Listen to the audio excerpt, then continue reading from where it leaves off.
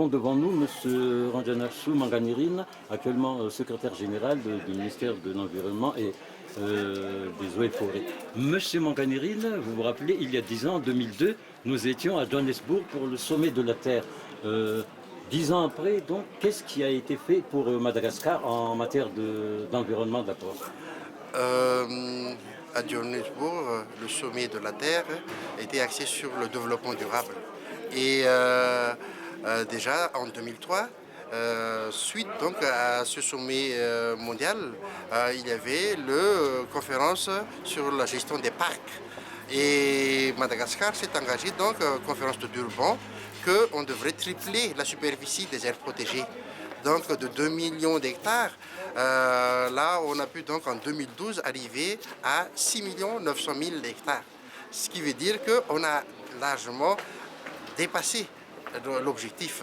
Et donc 10 ans après, voilà ce qu'on peut dire, on a pu donc tripler la superficie de nos aires protégées, qui seront donc protégées systématiquement par le système de gestion durable.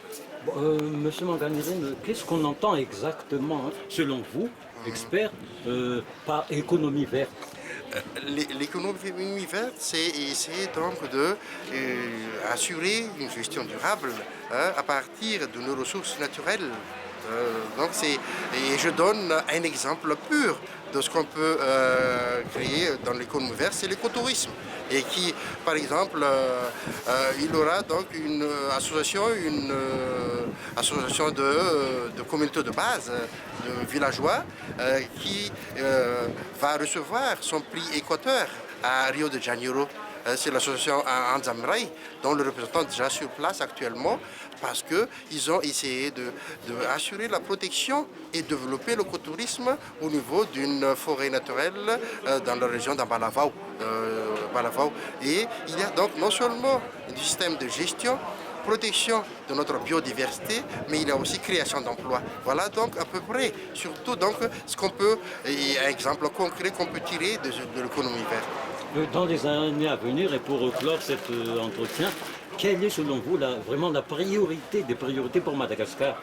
La priorité pour Madagascar, c'est vraiment cette histoire pour pouvoir sauvegarder la biodiversité et aussi assurer donc sauver nos ressources, les zones protégées. Il faut surtout savoir intégrer la communauté de base dans le développement et donner des actions sociales pour cette communauté de base pour qu'ils puissent développer en périphérie de ces zones protégées.